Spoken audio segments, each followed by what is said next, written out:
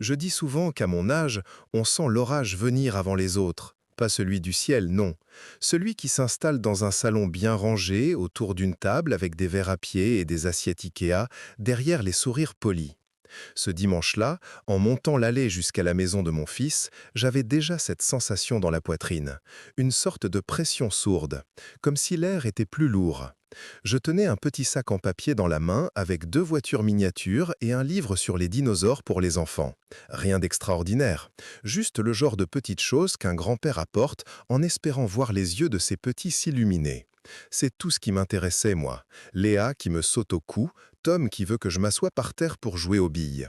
Le reste, la cuisine ouverte, les chaises design, les discussions sur les travaux, ça me passait au-dessus. La porte s'est ouverte avant même que je sonne. Léa a déboulé comme une fusée. «Papy!» Son petit corps s'est écrasé contre le mien et j'ai senti l'odeur de son shampoing fraise. Elle parlait déjà trop vite, ses mots se bousculant pour me raconter je ne sais quoi sur un contrôle de maths et un dessin affiché au tableau de la maîtresse. Tom est arrivé derrière, plus calme, mais avec ce sourire de côté qu'il tient de son père. «Hé, papy, t'as apporté quelque chose?» a-t-il demandé en jetant un regard discret vers le sac. «Peut-être bien», ai-je répondu, «mais d'abord, bonjour correctement». Il a levé les yeux au ciel, mais m'a quand même fait un bisou sur la joue. L'ado en devenir celui-là. Derrière eux, dans l'entrée, Camille était appuyée contre le chambranle de la porte de la cuisine, torchon sur l'épaule, cheveux tirés en queue de cheval parfaite, comme toujours. Elle avait ce sourire poli, un peu figé, qu'elle sort pour les voisins et pour sa belle famille. Un sourire qui n'arrive jamais jusque dans ses yeux. «Bonjour Henri», a-t-elle dit. «Tu es en avance?» Les bus du dimanche, tu sais, soit t'es en avance, soit t'arrives pour le dessert, ai-je plaisanté. Elle n'a pas ri. Elle a jeté un coup d'œil rapide à l'horloge du salon et a simplement dit « Bon, tant mieux, le rôti est presque prêt. Enlevez vos chaussures, les enfants, j'ai passé la serpillière ce matin. » Je me suis penché pour enlever mes vieilles chaussures en cuir, celles que Camille trouve déprimantes parce qu'elles ne sont pas blanches et neuves comme celles qu'elle achète à Julien en prétendant lui refaire le style. J'ai accroché ma veste sur le porte-manteau, juste à côté de la petite console sur laquelle Camille pose toujours ses clés, son téléphone et son fameux bracelet. Je l'ai remarqué sans vraiment y penser. Une habitude de vieux chef de chantier qui a passé sa vie à tout observer. La console en bois clair, un vide-poche, une bougie, un vase et, posé bien en évidence, le bracelet en or à maillon fin avec une petite émeraude au fermoir. Celui de sa grand-mère, celui dont elle racontait l'histoire à chaque repas de famille comme si c'était une couronne royale. Il était là, étincelant sous la lumière de l'entrée. Je ne lui ai pas accordé plus d'attention que ça. Je voyais surtout les dessins accrochés au mur, les cartables abandonnés, les traces de petites mains sur les portes. Julien est sorti de la cuisine en s'essuyant les mains sur un torchon. « Ah, papa !» Il m'a pris dans ses bras, un peu vite, un peu nerveusement. « Ça va? Tu n'as pas eu de mal avec le RER ?» « Tant que je ne me trompe pas de direction et que je ne finis pas à Cergy, tout va bien, ai-je répondu. Il a ri, mais ça sonnait creux. J'ai senti tout de suite qu'il était tendu. Ses épaules étaient plus rigides que d'habitude, ses yeux soulignés par ses cernes, qu'il dit venir du boulot, mais qui, moi, me parlent surtout de disputes nocturnes. On est passé à table. Camille avait dressé un joli couvert, nappe blanche, serviettes pliées, verres assortis. Elle est très attachée à ce que les choses aient l'air parfaites, surtout devant les autres. On a commencé à manger, parler de tout et de rien, le prix de l'essence, les travaux dans l'école, les élections municipales. Rien de bien intéressant, mais ça remplissait l'espace. Pendant que je coupais ma viande, j'ai remarqué que Camille regardait régulièrement son poignet gauche. Un geste minuscule, répété. Elle frôlait sa peau nue, là où son bracelet se trouvait presque tout le temps. La 3e fois, elle s'est figée. « Julien » a-t-elle dit d'une voix étranglée, « tu as vu mon bracelet ?»« Ton bracelet ?» Il a levé les yeux de son assiette. « Oui, celui de mamie. Je l'ai posé là, sur la console en arrivant. Je l'enlève toujours avant de cuisiner. » Je l'ai revu, moi, ce bracelet, 1 heure plus tôt, brillant, posé juste à côté du vide-poche. Ma mémoire n'a jamais eu de problème avec les détails. C'est ce qui m'a sauvé plus d'une fois sur les chantiers. Julien a haussé les épaules. « Il doit être là. T'as regardé correctement ?»« Évidemment que j'ai regardé, a-t-elle répliqué, déjà agacée. Elle s'est levée, la serviette tombant ses genoux, et a disparu dans l'entrée. On a entendu le tiroir du meuble claquer, les clés teinter, puis les petits bruits secs des objets qu'on déplace trop vite. Les enfants ont arrêté de manger.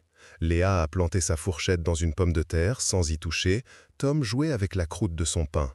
C'est grave son bracelet a murmuré Léa. C'est celui de sa grand-mère, a répondu Julien, la voix serrée. Elle y tient beaucoup. Mange ma puce. Mais personne ne mangeait. Camille est revenue, le visage tendu. Il n'y est pas, a-t-elle dit. Il a disparu. Il y a des mots comme ça qui changent l'atmosphère d'une pièce. Il a disparu en fait partie. Surtout quand ils sont prononcés avec autant de force. Tu as dû le poser ailleurs, ai-je dit calmement, peut-être sur ta coiffeuse dans la salle de bain. Elle a tourné la tête vers moi, lentement, comme si elle venait seulement de se rappeler que j'existais. Non, Henri, a-t-elle dit, très articulée, je l'ai posé sur la console, comme toujours. Son regard ne me quittait pas. Il était lourd, chargé d'une accusation encore contenue, mais prête à jaillir. Julien s'est levé à son tour. « Attends, je vais regarder », a-t-il proposé. Ils sont partis tous les deux dans l'entrée. J'entendais les tiroirs, les portes, les soupirs exaspérés de Camille. Les enfants essayaient de faire semblant de reprendre leur repas, mais leurs mains tremblaient. Je m'étais déjà levé quand ils sont revenus. Camille tenait le vide-poche, retourné comme une preuve. « Il n'est pas là », a-t-elle répété. « Il y avait quoi ici? Les clés, mon téléphone, mon bracelet. » Elle a posé le regard sur moi lentement. 1 seconde, 2, 3. Puis elle a lâché, d'un ton qu'elle voulait doux, mais qui sonnait comme une gifle. Peut-être que quelqu'un l'a pris par erreur. Les mots ont flotté dans l'air entre nous, lourdes de sous-entendus. Les enfants se sont figés. Julien a regardé sa femme, puis moi, l'air complètement perdu. Pris par erreur, qui a-t-il demandé? Elle a pris une inspiration. Je ne sais pas, a-t-elle dit. Mais la seule personne qui s'est approchée de la console depuis que je l'ai posée, c'est ton père. Le silence qui a suivi m'a frappé physiquement. Comme si quelqu'un allumait un néon au-dessus de moi. Vieux voleur. Je me suis entendu parler sans reconnaître ma propre voix. « Camille, ai-je dit, tu es en train de dire que j'ai pris ton bracelet ?» Elle a haussé les épaules avec ce faux air de compassion qui me donnait envie de renverser la table. « Henri, tu sais, à un certain âge, on peut confondre. Tu as peut-être cru que c'était le tien, ou tu l'as glissé dans ta poche sans t'en rendre compte. Ça arrive, hein, les petites confusions. » Léa m'a regardé, les yeux écarquillés, comme si elle venait d'entendre quelqu'un dire que le Père Noël frappait les enfants. Julien a levé les mains, comme pour calmer tout le monde. « Attendez, on se calme. Papa, tu veux bien vérifier tes poches, juste pour être sûr. » Le regard qu'il m'a lancé a été pire que tout. Ce n'était pas celui d'un homme qui accuse, mais d'un homme qui a peur de la réponse. Qui se demande, juste une seconde, astérisque, et si c'était vrai, astérisque. Ce « est si » m'a transpercé. J'ai pris ma veste accrochée au porte-manteau. J'ai vidé une première poche. Mouchoir, ticket de bus, rien. L'autre, porte-monnaie, vieux ticket de caisse, pas de bracelet. J'ai fouillé les poches de mon pantalon, mon trousseau de clés, mon vieux portable. J'ai même retourné les poches devant tout le monde, pour qu'ils voient bien. « Tu vois ?» ai-je dit. Camille a croisé les bras. « Tu as peut-être posé ta veste ailleurs » a-t-elle insisté. « Ou laissé le bracelet dans ta voiture, ou chez toi. Vous savez, les personnes âgées se rendent rarement compte quand elles prennent les choses. » Les personnes âgées. Je ne suis pas du genre à me vexer pour un mot. Mais il y avait dans sa façon de le dire une condescendance violente. Une manière de m'enfermer dans un rôle, celui du vieux qui perd la tête. Julien a essayé de la raisonner. « Camille, honnêtement, tu crois vraiment que mon père t'aurait volé ton bracelet ?»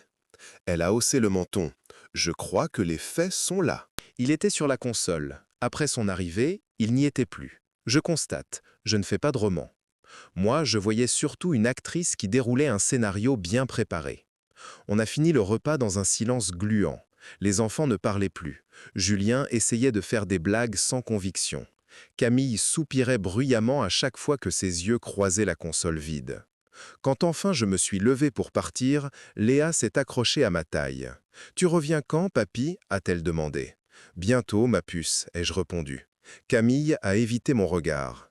Julien m'a raccompagné jusqu'à la porte. « Papa, elle est à cran. Tu sais comment elle est avec ce bracelet ?» a-t-il murmuré. « On va retrouver ça. C'est sûrement une histoire stupide. » Je l'ai regardé droit dans les yeux. « Dis-moi juste une chose, Julien. Tu crois que j'ai pu le prendre, même sans le vouloir ?» Il a hésité une fraction de seconde. C'est là que j'ai compris que quelque chose s'était fissuré entre nous. J'espère que non, a-t-il dit finalement. J'ai hoché la tête sans répondre. J'ai mis ma veste, j'ai franchi le seuil. Sur la console, le bracelet n'était plus là. Mais au-dessus de la console, discrète, presque invisible, il y avait la petite caméra que j'avais moi-même fixée au mur quelques mois plus tôt, après une série de cambriolages dans le quartier. Julien m'avait aidé à la configurer. Camille avait à peine levé le nez de son téléphone. Je l'ai regardé une seconde, ce petit œil noir qui voit tout. En descendant l'allée, j'ai senti la humiliation me brûler le ventre. Les messages implicites, les regards, les non-dits. On venait de me coller une étiquette que je ne méritais pas. Je n'ai pas crié, je n'ai pas frappé la porte. Je me suis contenté de penser, très calmement, « Astérisque, tu as oublié la caméra, Camille. Astérisque. Et ça, crois-moi, ce serait ta plus grosse erreur. » Je n'ai presque pas dormi cette nuit-là, non pas parce que j'étais inquiet, mais parce que les phrases revenaient, encore et encore, comme une chanson dont on n'arrive plus à se débarrasser. À un certain âge, on confond. Les personnes âgées prennent les choses sans s'en rendre compte. Il était là, puis plus là, je constate. Je suis resté longtemps dans mon lit à fixer le plafond de ma petite chambre, les mains croisées sur le ventre. La nuit avait ce silence particulier des banlieues, où seules les voitures lointaines et les ascenseurs bruyants des immeubles voisins percent le calme. Au petit matin, je me suis levé plus tôt que d'habitude. J'ai fait couler le café, le vrai, pas ces capsules hors de prix que Camille adore exhiber. J'ai écouté le bruit régulier de la machine filtre comme on écoute un vieux ami. Une fois assis à la table de la cuisine, j'ai regardé mon téléphone. Un message de Julien. « Salut papa, tu peux vérifier encore ta veste, ta voiture, chez toi? Juste pour être sûr. Elle est vraiment mal, elle n'a pas dormi. » Ce « elle n'a pas dormi » m'a frappé. Moi non plus. Sauf que je n'avais pas passé la nuit à répondre des insinuations à propos de quelqu'un que j'étais censé considérer comme de la famille. Je n'ai pas répondu tout de suite. J'ai bu une gorgée de café, lentement. Puis j'ai entendu les vibrations d'autres notifications. Un message de ma nièce. « Tonton, ça va? Maman m'a dit qu'il y avait une histoire de bracelet ?» Un autre d'un cousin. « Dis-moi que c'est une énorme méprise. » Et puis, le coup de grâce, une capture d'écran envoyée par quelqu'un du groupe de famille WhatsApp. Camille venait de publier sur son statut une photo de son poignet nu. Légende, certains objets sont irremplaçables, surtout quand ceux qui les prennent font partie de la famille. Le cœur m'a lâché dans la poitrine, juste un peu, pas un infarctus, non, une petite déchirure sourde, comme un fil qui cède. Je n'ai pas répondu, pas à Julien, pas aux autres. J'ai laissé mon téléphone vibrer sur la table, comme un insecte coincé dans un verre. Ce n'est qu'au bout d'une demi-heure que je me suis levé, résolu, et que je suis allé m'asseoir devant mon vieux ordinateur dans le salon. Sur le côté du bureau, le petit boîtier de réception de la caméra clignotait. Je l'avais installé pour surveiller la porte d'entrée de Julien quand le voisin du dessus s'était fait cambrioler. C'était une petite caméra discrète, reliée par Wi-Fi à un compte sécurisé que je gérais depuis chez moi. Julien avait la possibilité de s'y connecter, mais je savais qu'il ne s'en occupait jamais. Trop de mots de passe, trop de trucs de vieux parano, comme disait Camille avec un sourire condescendant. J'ai allumé l'écran. J'ai saisi mon identifiant, mon mot de passe écrit à la main sur un post-it collé sous le tiroir, comme le font astérisque, tous astérisques, les vieux qu'on accuse de perdre la boule et qui pourtant n'oublient jamais les choses importantes. J'ai navigué jusqu'aux enregistrements de la veille. L'image s'est affichée. L'entrée de Julien, la console, le porte-manteau. Un angle légèrement en plongée. J'ai remonté la barre de temps jusqu'à mon arrivée. Je me suis vu franchir la porte, poser ma veste sur le porte-manteau, saluer les enfants qui couraient autour de moi. Sur la console, le bracelet brillait, bien visible. Puis le temps a défilé. Personne dans l'entrée pendant un long moment. Et puis, Camille. Elle est apparue hors champ, est entrée dans le cadre avec sa démarche assurée, les cheveux attachés, son t-shirt bien repassé. Elle a posé son téléphone sur la console, regardé autour d'elle. Elle ne cherchait rien. Je l'ai vue glisser la main dans la poche de son jean. Un reflet doré. Ses doigts se sont ouverts sur le bracelet. Pas celui de pacotille qu'elle portait parfois pour aller au marché, non, celui-là, le bracelet à l'émeraude, celui-là même dont elle avait raconté l'histoire à chaque repas jusqu'à épuisement.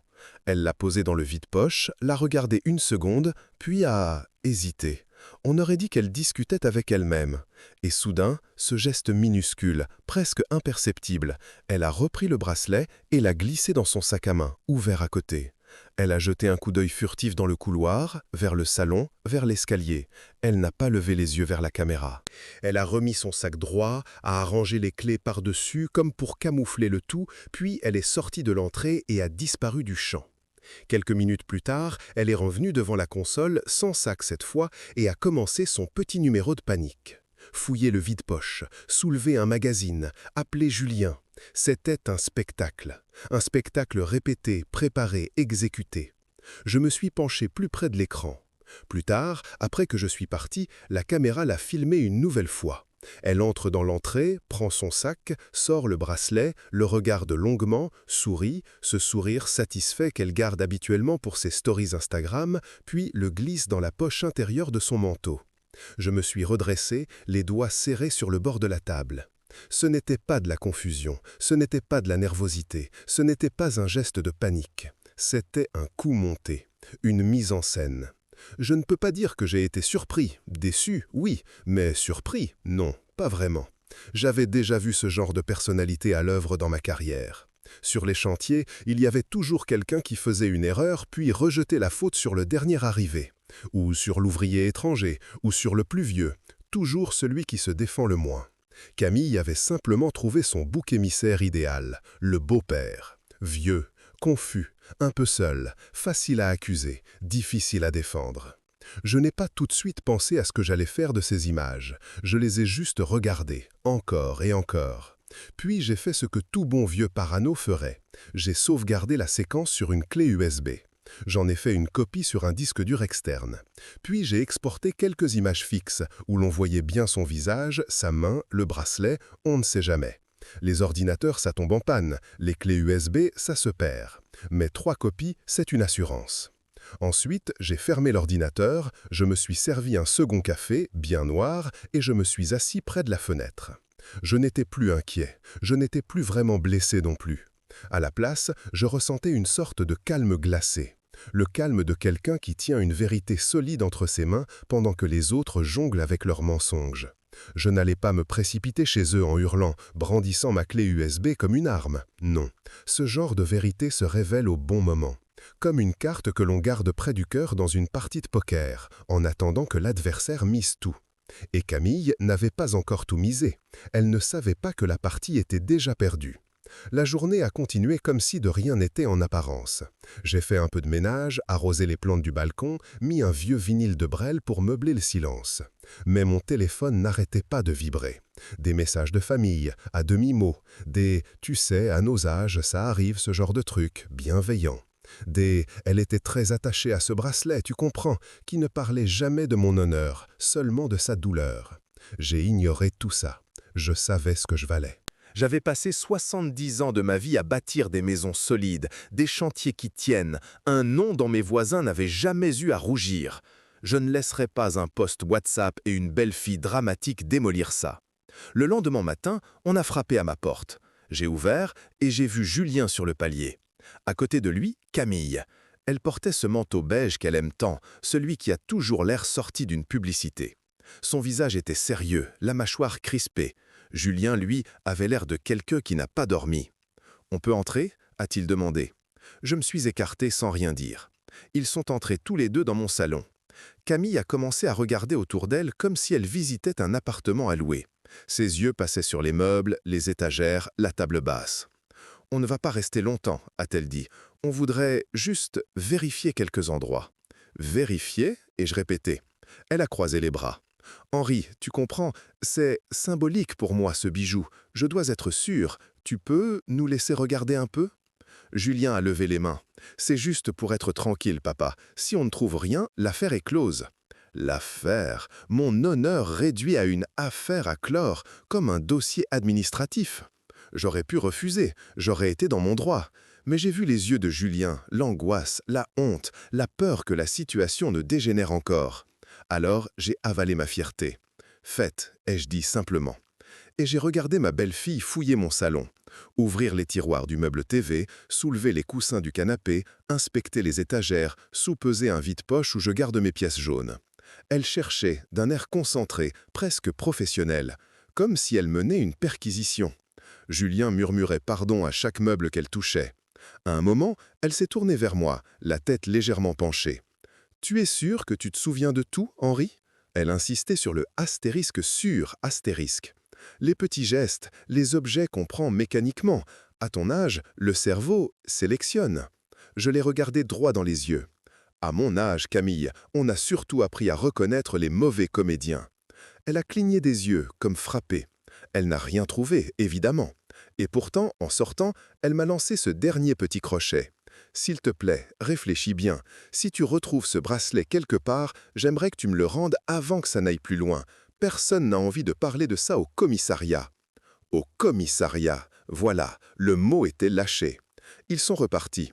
J'ai refermé la porte, je suis resté appuyé contre le bois quelques secondes, écoutant leurs pas dans l'escalier, le bruit de la porte de l'immeuble qui se referme, le moteur de la voiture qui démarre. Et ensuite, j'ai éclaté de rire. Pas un rire joyeux, un rire sec, presque sans son. Le rire d'un homme qui trouve soudain très ironique que quelqu'un lui parle de commissariat alors qu'il a, chez lui, de quoi faire rougir n'importe quel avocat. Mon téléphone a vibré dans ma poche. Un message de Julien.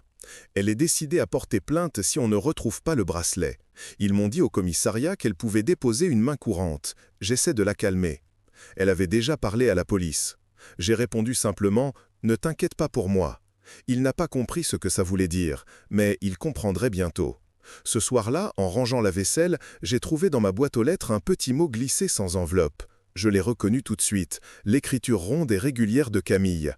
Par respect pour nos enfants, merci de ne pas venir à la maison ni à l'école tant que la situation n'est pas éclaircie. Camille. Je suis resté un long moment avec ce bout de papier entre les doigts. Elle voulait m'interdire l'accès à ma famille, à mes petits-enfants, à mon propre fils. Elle voulait me rayer de leur vie, pour un bracelet qu'elle avait elle-même planqué. J'ai posé le papier soigneusement sur la table, à côté de ma clé USB. 2 objets, l'un mensonger, l'autre vérité. Un bout de papier, une preuve vidéo, et entre les deux, moi. Je savais alors une chose avec certitude, si je laissais passer ça sans rien faire, ce ne serait pas seulement mon honneur qui serait brisé, ce serait la façon dont mes petits-enfants se souviendraient de moi. Le papy qu'on a accusé, le papy dont on doute. Je refusais cette image.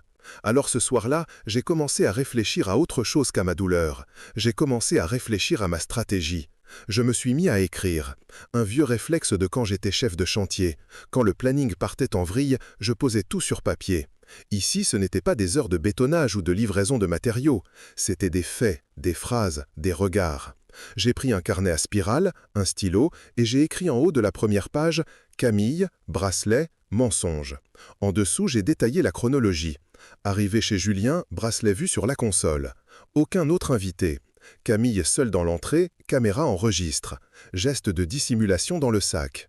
Accusation publique pendant le repas. Fouille de ma maison. Menace de plainte. Mise à l'écart des petits-enfants. En regardant cette liste, quelque chose s'est éclairé. C'était trop organisé pour être un simple emballement émotionnel. On ne pense pas à la police, à la réputation, à la mise à l'écart des enfants sur un coup de colère. Camille ne paniquait pas, elle préparait le terrain. Pourquoi ? C'était encore flou, mais j'avais mon idée. Elle n'avait jamais supporté que Julien me demande conseil pour quoi que ce soit. Pour un devis de travaux, pour un placement d'argent, pour éviter un crédit à la consommation foireux. Quand j'ouvrais la bouche, elle crispait la mâchoire. Je me souvenais d'une discussion quelques mois plus tôt dans leur salon. Julien voulait refaire la cuisine. Camille parlait d'îlots, de verrières, de béton ciré. Le devis du cuisiniste approchait les 30 000 €. J'avais regardé les plans, puis les revenus de mon fils, et j'avais dit calmement « C'est trop. Vous allez vous mettre la corde au cou pour une VMC et 3 meubles laqués. Attendez un peu. Faites le minimum maintenant, le reste plus tard. » J'avais vu la rage passer dans les yeux de Camille, furtive mais bien présente. Après mon départ, elle avait sûrement dû lui faire une scène. J'avais senti, dès ce jour-là, qu'elle me considérait comme un obstacle. Au fond, c'est ça que j'étais. Un obstacle entre elle et ce qu'elle voulait. Un obstacle, ça se contourne, ou ça s'évimine. Pas physiquement, bien sûr, mais socialement, moralement, relationnellement. Si elle réussissait à me faire passer pour un vieux monsieur confus, voleur, dangereux, alors tout ce que je dirais à l'avenir serait reçu avec méfiance. Julien hésiterait, mes conseils perdraient de leur poids. C'était malin, très malin. Mais elle avait oublié que j'avais passé ma vie à gérer des gens qui croyaient être plus malins que les autres. Et surtout, elle avait oublié la caméra. Le lendemain, le téléphone a sonné vers midi. Ce n'était ni Julien, ni Camille. C'était l'école primaire. Monsieur Hartmann, je suis la directrice, Madame Durand. Vous êtes bien le grand-père de Léa et de Tom? Mon cœur a raté un battement. Oui, il y a un problème? Elle a hésité. Pas un problème urgent, rassurez-vous, mais Léa a passé une partie de la matinée à pleurer. Elle a demandé à vous appeler, mais nous n'avons pas réussi à vous joindre tout de suite. Je regardais mon téléphone, posé sur la table, silencieux. Je l'avais mis en mode avion sans m'en rendre compte pour éviter les notifications de la famille. « Qu'est-ce qui s'est passé ?» ai-je demandé. Elle nous a dit que sa maman lui avait expliqué que vous n'aviez plus le droit de venir à la maison, que vous aviez pris quelque chose qui ne vous appartenait pas. Elle avait l'air très perdue. Elle répétait « Papy ne fait jamais ça. Papy, il dit toujours la vérité. » Je me suis rassis. Elle a dit autre chose? Oui. La directrice avait une voix douce mais ferme, de celles qui ont l'habitude d'annoncer des choses compliquées aux parents. Elle a ajouté qu'elle vous avait vu dans l'entrée dimanche. Puis elle a dit « J'ai aussi vu maman faire quelque chose, mais maman m'a dit d'oublier. » Elle s'est mise à pleurer davantage à ce moment-là. On l'a calmée, rassurée, mais nous avons estimé que vous deviez le savoir. Là, je n'avais plus seulement de la colère ou de la tristesse, j'avais de la rage, froide, concentrée. Camille ne se contentait pas de maquiller la vérité, elle demandait à sa fille de l'oublier. Elle voulait formater la mémoire d'un enfant. « Merci de m'avoir appelé Madame Durand », ai-je dit, « et merci d'avoir écouté ma petite fille. » Après avoir raccroché, je me suis levé lentement. Je suis allé jusqu'à mon bureau. J'ai rallumé l'ordinateur, j'ai rouvert la vidéo. Cette fois, je n'ai pas regardé Camille, j'ai regardé le fond du couloir, là où l'escalier commence. Et je l'ai vue, elle, Léa. Sa petite tête dépassant derrière le mur, ses yeux fixés sur sa mère qui joue la comédie. Elle ne bouge pas, ne cligne presque pas des yeux. On dirait qu'elle n'ose même pas respirer. Puis, quand Camille quitte l'entrée, Léa recule, doucement, et disparaît dans l'escalier. Elle avait tout vu, elle avait compris, et on lui demandait de se taire. Cette pensée a terminé de me convaincre. Je ne devais pas seulement me défendre, je devais offrir à cet enfant la preuve que ce qu'elle ressentait était la vérité, pas un mauvais rêve. Et pour ça, il fallait que la vérité soit montrée là où le mensonge avait été prononcé, devant la famille entière. Quelques heures plus tard, quelqu'un a sonné à ma porte. J'ai ouvert en pensant trouver Julien. C'était Françoise, la mère de Camille. Je l'avais toujours trouvée gentille, un peu effacée, comme beaucoup de femmes de sa génération qui n'ont jamais osé contredire leur mari. Elle tenait son sac comme un bouclier. « Bonjour Henri », a-t-elle murmuré. « Je peux entrer ?» Je l'ai invitée à s'asseoir. Elle a observé mon salon avec ce mélange d'habitude et de gêne, puis elle a pris une grande inspiration. « Camille m'a tout raconté », a-t-elle dit, « pour le bracelet, pour la plainte qu'elle veut déposer. Elle m'a dit que tu avais « pris » le bijou de sa grand-mère. Le mot « pris » était prononcé comme on dirait « piétiner sa tombe ». « Et toi ?» ai-je demandé, « tu la crois ?» Elle a serré son sac contre elle. « Camille peut être excessive », a-t-elle admis. « Elle exagère, elle dramatise. Mais mentir à ce point, j'ai du mal à y croire. Alors je suis venu te voir. » Il y avait dans ses yeux une lueur que je n'avais pas vue depuis longtemps chez quelqu'un qui entoure Camille, le doute. Pas un doute contre moi, un doute contre sa fille. « Tu veux la vérité ?» ai-je dit. Elle a hoché la tête, secouée. Je suis allé jusqu'à mon bureau, j'ai pris une des photos que j'avais imprimées, celle où l'on voit clairement Camille, la main plongée dans son sac, le bracelet dans ses doigts. Je l'ai posée devant Françoise. Elle l'a regardée, d'abord sans comprendre, puis son visage s'est décomposé. « Ce n'est pas vrai », a-t-elle murmuré, « ce n'est pas vrai ». Mais son regard disait le contraire, elle savait très bien que c'était vrai. On reconnaît son propre enfant, même de dos. « Je peux te montrer la vidéo si tu veux », ai-je ajouté, « mais je ne suis pas sûr que ce soit nécessaire. » Elle a serré sa main sur sa bouche, les yeux brillants. « Elle a fait ça? Elle t'a accusé alors que c'était elle ?» Je n'ai pas répondu. Parfois, se taire est une forme de compassion. Elle s'est laissée aller contre le dossier de la chaise. Mon Dieu, a-t-elle soufflé, qu'est-ce que j'ai raté avec elle? Je n'ai pas eu la cruauté de lui répondre. Les parents ne sont pas responsables de tout, et parfois, ils ont simplement trop fermé les yeux. Qu'est-ce que tu vas faire? A-t-elle fini par demander. Je l'ai regardée longuement. Pour l'instant, rien, ai-je dit. Je vais attendre. Elle a froncé les sourcils. Attendre quoi? Qu'elle aille au bout de son mensonge, qu'elle rassemble toute la famille autour de sa version. Qu'elle se sente tellement sûre d'elle qu'elle ne voit plus le vide sous ses pieds. Et puis, je lui montrerai ce qu'elle a oublié. La caméra, a murmuré Françoise. J'ai hoché la tête. Elle a secoué la tête comme si elle voulait chasser une mauvaise pensée. Elle va tomber de haut, a-t-elle dit. Parfois, ai-je répondu, il faut tomber de très haut pour se rendre compte de la profondeur de ses mensonges. Quand elle est partie, le plan était déjà clair dans mon esprit. Reste à choisir le moment, le bon contexte, le lieu où le mensonge avait le plus de pouvoir pour que la vérité l'écrase.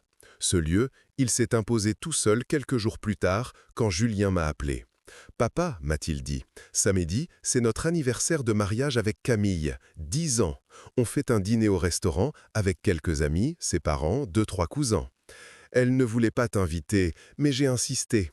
Je voudrais que tu viennes. » Je me suis entendu répondre « J'y serai ».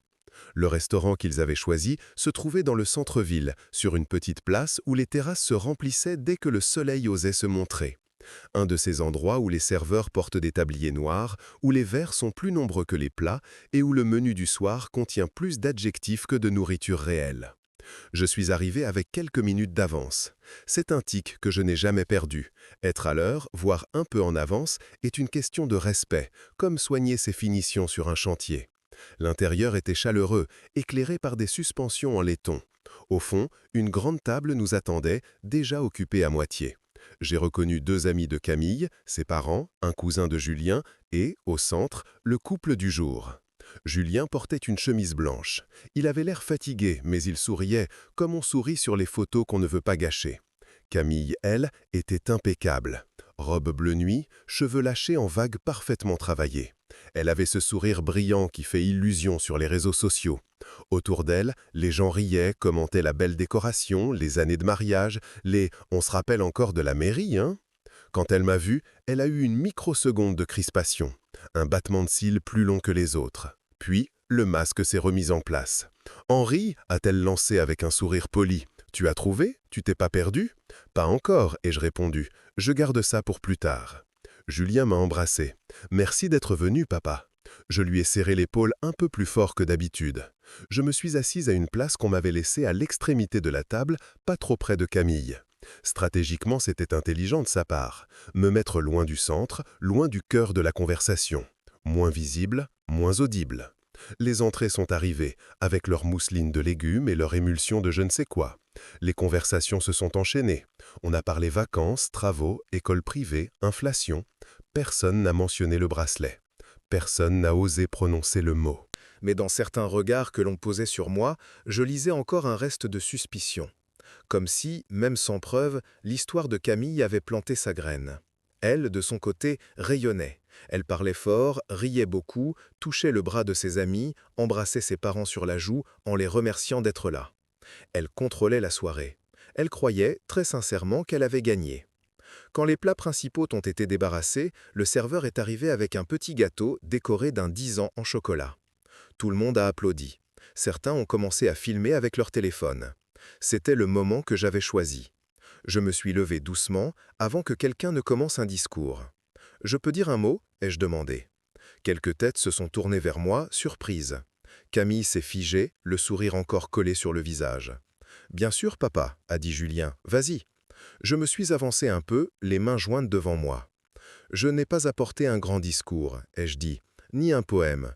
Je suis trop vieux pour la poésie, ça fait mal au dos. » Quelques rires polis. Mais j'ai apporté un petit cadeau. Pour Camille. Je me suis tourné vers elle. Ses yeux se sont légèrement plissés. « Pour moi » a-t-elle demandé. « Oui, pour toi. Pour te remercier de ces 10 années passées avec mon fils. Pour tout ce que tu as apporté à notre famille. » J'ai sorti de la poche intérieure de ma veste un petit sachet en papier, sobre, sans logo. Je l'avais choisi exprès, rien de tape à l'œil. L'important était à l'intérieur. Je le lui ai tendu. Elle l'a pris avec des doigts un peu tremblants. Je voyais ses pupilles bouger rapidement, comme celles d'un animal pris dans la lumière d'une voiture. Elle a ouvert le sachet. Ses ongles vernis ont attrapé le petit écrin.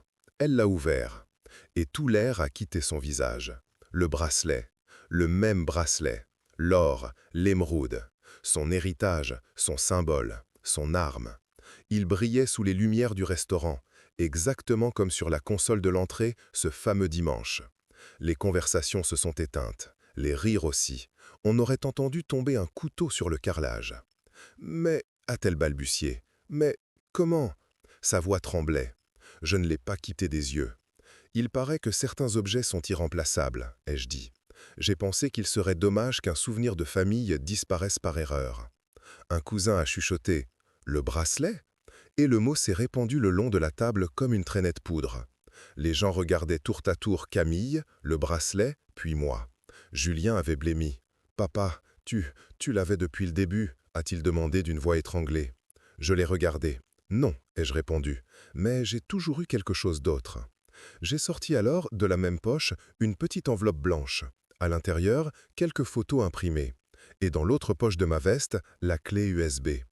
Je me suis tourné vers le serveur, que j'avais pris la peine d'aborder à mon arrivée. « Excusez-moi », lui ai-je dit. « Vous pouvez brancher ça sur l'écran que vous utilisez pour les soirées d'entreprise ?»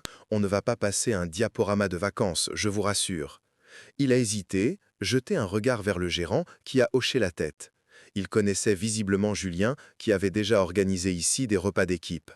En quelques instants, un écran a été orienté vers notre table. Une télé, fixée au mur au-dessus du bar, s'est allumée. Je me suis tourné vers Julien. « Aide-moi, s'il te plaît, à montrer quelque chose à ta femme et à nos invités. » Il a pris la clé USB, les mains légèrement tremblantes, et l'a branchée.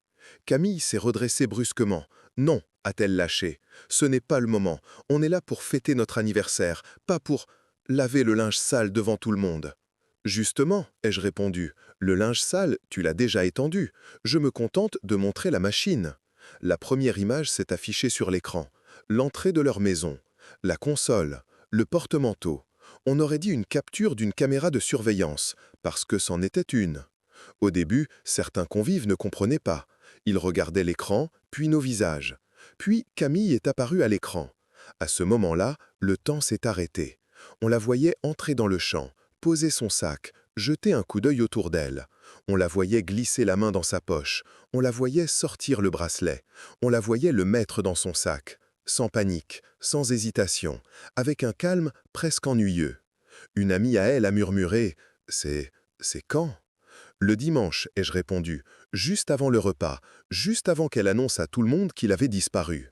Camille s'est levée d'un bond, les mains tendues vers l'écran. « C'est monté !» a-t-elle crié. « Il a manipulé la vidéo, il a fait un montage, ce n'est pas... » Sa voix s'est cassée. Une seconde vidéo s'est lancée automatiquement, la suite. On la voyait revenir après mon départ, prendre son sac, sortir le bracelet, le glisser dans la poche intérieure de son manteau, sourire toute seule. Je n'ai rien dit, je n'en avais pas besoin. Ses parents regardaient, figés, ses amis aussi. Julien était méconnaissable, ses mains tremblaient sur la table. Il s'est levé, s'est approché de l'écran, comme pour vérifier que c'était bien réel. Camille était livide. C'est sorti du contexte. Vous ne comprenez pas. J'ai voulu le mettre à l'abri. Je testais quelque chose. Plus elle parlait, plus ses mots s'effondraient sous leur propre poids. « Tu testais quoi, Camille ?» a demandé une voix sèche. C'était celle de Françoise, sa mère. Elle s'était levée, blanche comme le nappage de la table, une serviette chiffonnée dans sa main. Tu testais astérisque quoi, astérisque exactement? La capacité de cet homme à se laisser insulter? La crédulité de ton mari? La patience d'un grand-père? Camille a reculé d'un pas. « Maman, tu comprends pas. » « Si, a-t-elle répondu d'une voix brisée. Je comprends très bien. Je comprends que tu viens de détruire la confiance de ton mari, de tes enfants, de toute la famille, pour un mensonge. Julien s'est tourné vers moi, les yeux pleins de larmes. « Papa !» Il a avalé sa salive. « Pourquoi tu ne m'as pas montré ça plus tôt ?»« Parce que tu n'étais pas prêt à la voir, ai-je répondu calmement. Tu aurais trouvé une excuse. Tu aurais dit que c'était un malentendu, que c'était un montage. On ne montre pas la vérité à quelqu'un qui refuse encore de la regarder. » Il a fermé les yeux une seconde, puis il s'est tourné vers sa femme. « Pourquoi a-t-il demandé. Sa voix était calme, mais il y avait dedans quelque chose que je ne lui avais jamais entendu, une fermeté nouvelle. Pourquoi tu as fait ça? Camille a regardé autour d'elle, comme un animal pris au piège cherchant une sortie. Il n'y en avait aucune. Je... Elle cherchait encore une scène à jouer, mais il ne restait plus de public. Il n'y avait plus que des témoins. Est-ce que tu t'es rendu compte de ce que tu as fait? A repris Julien. Tu as failli faire porter une plainte sur mon père. Tu l'as fait passer pour un voleur auprès de nos enfants, de nos amis, de ta famille. Tu as voulu l'empêcher de voir ses petits-enfants. Tu as raconté à tout le monde qu'il perdait la tête. Et tout ça, pourquoi? Elle a fermé les yeux, 2 grosses larmes roulant sur ses joues. Parce qu'il m'empêchait de vivre, a-t-elle lâché, d'un coup. Parce que t'écoutais toujours ton père avant moi, pour les travaux, pour l'argent, pour tout. À chaque fois que je proposais quelque chose, il trouvait un défaut. Tu finissais toujours par suivre son avis. Je ne supportais plus ça. Je voulais qu'il arrête de se mêler de tout. Alors c'était bien ça. Elle ne voulait pas seulement me faire taire, elle voulait me disqualifier, pour que mon opinion ne compte plus jamais. Te mêler de tout, ai-je répété. C'est comme ça que tu appelles le fait d'empêcher ton mari de s'endetter sur 20 ans pour une cuisine à la mode? Elle m'a lancé un regard de haine. Tu as foutu en l'air tous mes projets, a-t-elle craché. La cuisine, la véranda, le crédit pour la maison de vacances. Tu crois que je ne sais pas ce que tu lui dis? Tu l'empoisonnes avec ta prudence. Attends, économise, réfléchis. Tu crois que c'est ça la vie? Attendre la retraite pour profiter? Regarde-toi, tu es seul dans ton petit F2, avec tes plantes et tes souvenirs. Tu veux ça pour nous? Julien la regardait comme s'il la voyait pour la première fois. Et donc, a-t-il dit lentement, pour que je t'écoute, toi, plutôt que lui, tu as tenté de détruire la réputation de mon père et de salir mon nom. Elle a voulu parler, mais il a levé la main. Non, là, tu te tais, c'est terminé. Il y a eu un silence. Un long silence, où l'on n'entendait que les couverts qu'un serveur ramassait maladroitement au loin. « Je ne peux pas continuer comme ça », a fini par dire Julien. « Je ne peux pas élever nos enfants avec quelqu'un qui manipule la vérité à ce point. » Camille a blêmi. « Tu veux dire quoi ?»« Je veux dire, a-t-il répondu, la voix toujours calme, que ce soir, tu vas rentrer chez nous, seul. Je vais prendre quelques affaires et je vais dormir ailleurs. Et à partir de demain, on cherchera un avocat. » Elle a attrapé sa manche. Julien, non, on peut gérer ça en famille, on n'a pas besoin d'eux. Il se dégagea doucement. La famille, tu as commencé à la détruire toi-même. Il a jeté un regard autour de la table, devant tout le monde. Personne n'a contesté. Je n'ai pas eu besoin de jubiler. Ce n'était pas une victoire, c'était une amputation.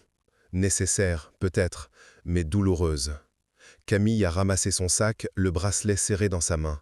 Elle m'a lancé un dernier regard. « Tu as tout gâché », a-t-elle craché. Je ne l'ai pas quitté des yeux. Je n'ai rien gâché, Camille. J'ai juste rallumé la lumière. Elle est partie, sans se retourner. Et dans un silence gêné, la soirée s'est terminée. Les jours qui ont suivi ont eu une texture étrange. Un peu comme le calme après une tempête. Tout est encore trempé, les branches cassées jonchent le sol, mais le ciel est bleu. Julien m'a appelé chaque jour, parfois pour parler des démarches à faire, parfois juste pour entendre une voix qui ne le juge pas. « Je n'ai pas été à la hauteur », répétait-il. « Je t'ai laissé te faire humilier, je t'ai laissé te faire fouiller chez toi. J'aurais dû te défendre. » « Tu étais pris au piège, répondais-je. On ne reproche pas à quelqu'un de ne pas voir le mur si on lui a bandé les yeux depuis des années. L'important, c'est que maintenant, tu les as ouverts. » Il dormait quelques nuits chez un ami, puis a emménagé dans le petit pavillon de mes beaux-parents, laissé vide depuis leur mort. Une vieille maison de banlieue, un peu défraîchie, mais solide, comme nous. Un soir, il est passé chez moi, les épaules un peu moins lourdes. « J'ai parlé aux enfants », m'a-t-il dit, calmement. J'ai expliqué que ce que maman a fait était très grave, mais que ça ne faisait pas d'elle en monstre, juste quelqu'un qui a fait un très mauvais choix. Je leur ai dit qu'ils avaient le droit de l'aimer encore, qu'ils avaient aussi le droit d'être en colère. « Et moi ?» ai-je demandé. « Qu'est-ce que tu as dit sur moi ?» Il m'a regardé, les yeux brillants. « La vérité, que tu n'avais rien volé, que tu les avais toujours protégés, que si un jour ils doutaient, il suffisait de se souvenir de qui venait les chercher à la sortie de l'école quand maman était en retard, de qui faisait des gaufres le mercredi, de qui allait au parc sous la pluie parce que ça les faisait rire. » J'ai senti quelque chose se détendre en moi. À partir de ce moment-là, les appels de la famille ont changé de ton. Les « tu sais » à nos âges ont été remplacés par des « je suis vraiment désolé, je ne t'ai pas cru, je m'en veux, j'aurais dû te connaître mieux que ça ». Je pardonnais à certains, à d'autres je mettais un peu de distance. On ne recrée pas la même confiance avec ceux qui ont sauté un peu trop vite sur le mensonge. Un après-midi, c'est un tout petit coup de fil qui a fait le plus de bien. « Allô, Happy ?» La voix de Léa. « Allô, mon cœur ?» Papa, il a dit que tu peux revenir, si tu veux. Elle a hésité. Maman, elle a beaucoup pleuré. Elle a dit qu'elle avait fait une très grosse bêtise. Mais moi, j'ai dit à la maîtresse que je savais que tu ne mentais pas. Je me suis raclé la gorge pour ne pas qu'elle entende l'émotion. Tu as bien fait, ai-je murmuré. Tu as toujours le droit de dire ce que tu as vu, même si ça ne plaît pas aux grands. Tu viens me chercher vendredi, après l'école ? A-t-elle demandé. Si ton père est d'accord, je serai là. D'accord, je t'aime, Papi. Moi aussi, ma puce. Quand j'ai raccroché, j'ai quitté la table et je suis allé dans mon bureau. J'ai ouvert le tiroir où j'avais rangé le bracelet, dans son écrin. Je l'ai sorti. Je l'ai posé sur ma paume. Il brillait, léger, presque innocent. Le genre de petit bijou que des femmes se transmettent de génération en génération, avec des histoires autour. C'est avec ça que ta grand-mère s'est mariée, tu sais ? Camille avait transformé ce symbole en arme. Je n'ai pas eu le cœur de lui rendre, pas tout de suite. Je l'ai remis dans l'écran, puis dans un petit coffret en bois que j'ai refermé à clé. Il ne m'appartenait pas, ce bracelet, mais il ne lui appartenait plus vraiment non plus, pas après ce qu'elle en avait fait. Il appartenait désormais à l'histoire de notre famille. À ce moment précis où la vérité avait été projetée sur un écran devant un gâteau d'anniversaire. Peut-être qu'un jour, quand Léa sera adulte, je lui donnerai, avec toute l'histoire, pas comme un bijou à porter, mais comme un avertissement, pour qu'elle se souvienne que les objets n'ont que la valeur qu'on leur donne, mais que l'honneur, lui, n'a pas de prix. Un soir, alors que je me servais un bol de soupe, Julien est arrivé sans prévenir. « J'avais besoin de voir mon père », a-t-il dit simplement en posant sa veste. On s'est assis à la table de la cuisine. Je lui ai servi un bol aussi. On a mangé en silence quelques minutes. « Tu sais ce qui me fait le plus mal ?» a-t-il fini par dire. « Ce n'est pas ce qu'elle t'a fait. Enfin, si, mais c'est surtout que je ne me suis pas rendu compte à quel point elle m'éloignait de toi, petit à petit. Une remarque ici, un soupir là. Ton père exagère, ton père ne comprend rien à notre génération, ton père dramatise, ton père empêche. Et moi, je l'ai laissé faire. Tu étais amoureux, ai-je répondu, et tu voulais la paix. Beaucoup d'hommes sacrifient leurs liens pour avoir la paix à la maison. Il a secoué la tête. J'ai sacrifié bien plus que ça. J'ai sacrifié le respect qu'un fils doit à son père. Je n'ai pas répondu. Je ne suis pas du genre à minimiser pour apaiser les consciences. Il avait raison, mais je n'étais pas là pour l'accabler non plus. Ce qui compte, ai-je fini par dire, c'est que t'as arrêté avant d'aller plus loin. Tu aurais pu signer des choses que tu aurais regrettées toute ta vie. Tu aurais pu laisser tes enfants grandir avec l'idée que leur grand-père était un voleur. Tu t'es réveillé à temps. Grâce à toi, a-t-il murmuré. Grâce à une caméra surtout, ai-je répliqué avec un sourire fatigué, et à une petite fille qui observe beaucoup. On a ri doucement, un rire court mais sincère. Cette nuit-là, après son départ, je me suis assis dans mon vieux fauteuil, celui qui grince dès qu'on change de position. La télé était éteinte, la radio aussi. Il n'y avait que le bruit lointain des scooters dans la rue et parfois le claquement d'une porte dans l'immeuble. Je me suis laissé aller contre le dossier, les mains croisées sur le ventre, comme au début de cette histoire. Sauf que cette fois, je n'avais plus le poids du doute sur la poitrine, seulement la fatigue. Les gens croient que la justice arrive comme un tonnerre. Non, la plupart du temps, elle arrive comme un goutte à goutte, lentement. Un geste, puis un autre, une preuve, puis un aveu. Un jour, on se réveille et la balance s'est enfin remise à l'équilibre. Camille avait essayé de me voler quelque chose de précieux, la façon dont ma famille me voyait. Elle avait essayé de m'enlever mes petits-enfants, mon fils, mon nom. Elle y a presque réussi, presque. Mais elle avait sous-estimé 3 choses, une petite caméra à 20 €, une fillette qui regarde sans être vue et un vieux bonhomme qui encaisse les coups en silence, mais qui ne baisse pas la tête quand vient le moment de dire la vérité. Je ne sais pas encore comment l'histoire se terminera pour elle, si elle fera un travail sur elle-même, si elle continuera à inventer des excuses, si un jour elle viendra s'asseoir à cette table, face à moi, sans maquillage, sans défense, pour dire pardon avec autre chose que des larmes pour elle-même. Peut-être, peut-être pas. Ce que je sais, c'est que ce soir-là, Léa a dormi chez moi. Elle s'est installée dans le vieux canapé-lit, avec une couette trop grande pour elle. Avant de se coucher, elle m'a regardé sérieusement. « Papy ? Oui ?